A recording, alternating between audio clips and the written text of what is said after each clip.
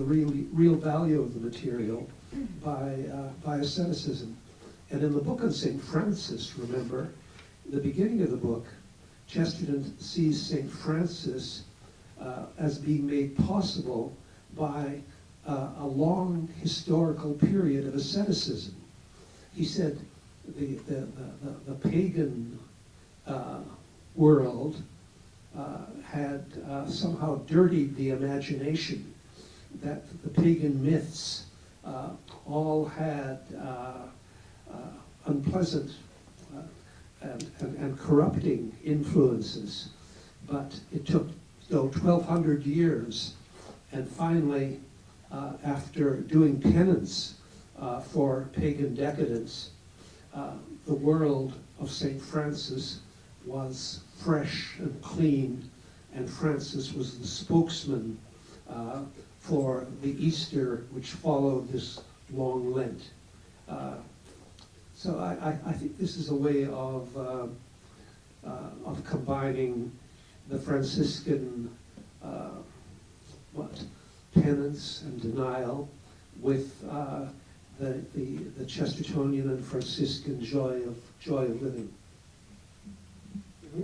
Chesterton has a wonderful line in the book, on that very notion of expiation or purgation, where he says that pagans were wiser than paganism.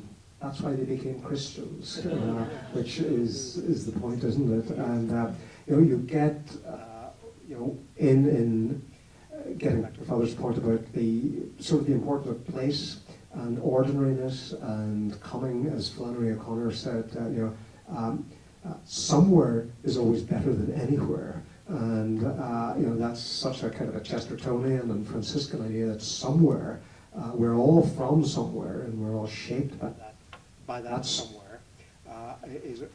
It's always better. Here we are. There's a trick to this.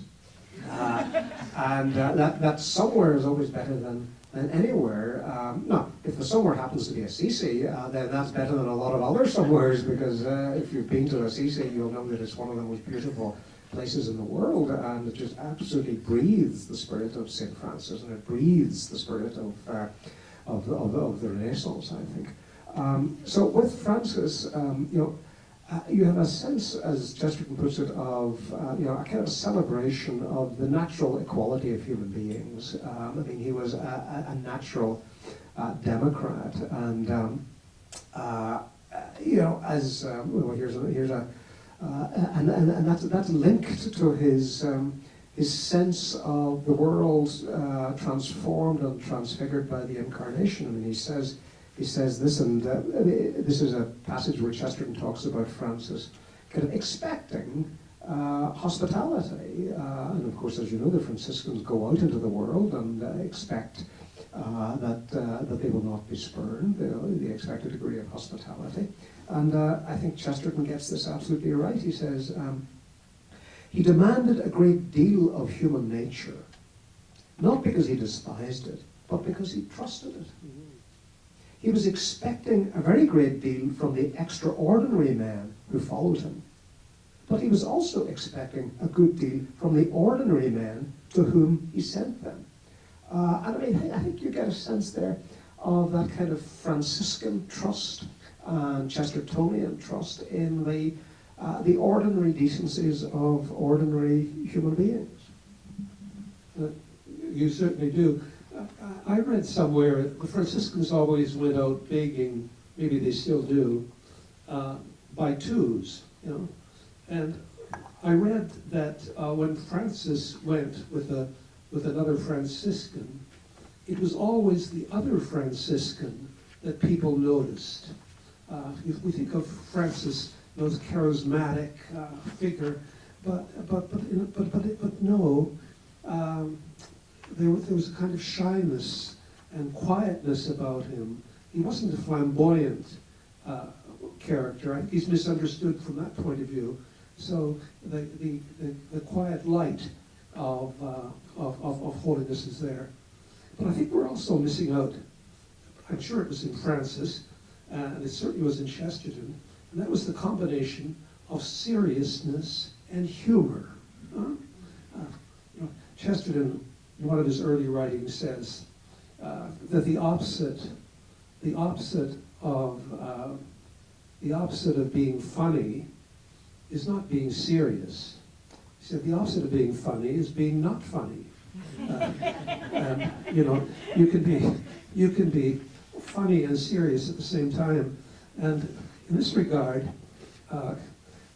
here's a story that comes from the Chesterton family circle, and that is, of course, Chesterton and his wife Frances visited Assisi. And there's a story that while they were there, American visitors, an American couple from Chicago, had a big car and drove them around and so on, and they were wonderful.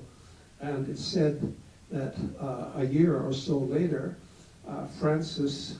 Chesterton was having breakfast, and his wife was looking at the paper, and she cried out, "Gilbert, I think it's our Mr. Caphone."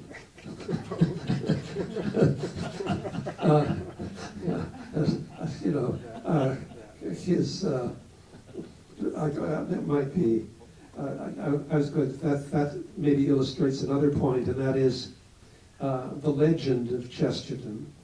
I think it's Muriel Spark who pointed out that all great writers, all great human beings attract legend. And the right way of understanding them isn't by debunking the legend or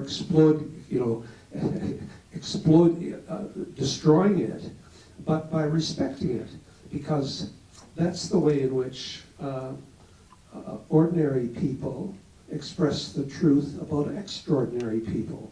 The legend is the truth, and I think that's very much true of the fantastic stories that follow the life of Francis and the Sabatiers and others who spend their time dismissing these things to get at the kernel, what they imagine is the hidden truth, have misunderstood. That is the way in which you discover the person, and I think in a way that's true of Chesterton too. That you find people quoting Chesterton who have never read Chesterton. He's become. He has an existence. He has become. He's everybody's property, so the Franciscans, who are loved by Protestants and non-believers and atheists, as well as by the people in the household of faith, are a bit like Chesterton. I mean, Chesterton. There are people who will accept Catholic truth if it's taught to them by Chesterton, who would not accept it from anyone else. He's like Francis. He's unthreatening and genial, and I don't know. That's incarnational. So for Chesterton, the sacramental secret is that the religious truths are found in the homely, ordinary things, not in the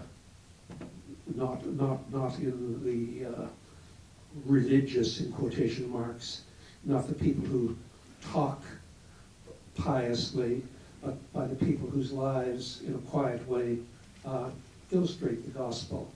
That Christ again lived in the life of St. Thomas, and isn't that the whole point about the Christian life? It's not that Christ comes to us in order to help us live our lives, but rather that to substitute his life for ours, and that's what Francis did. And I think, in a sense, the holiness of Chesterton What was that? That his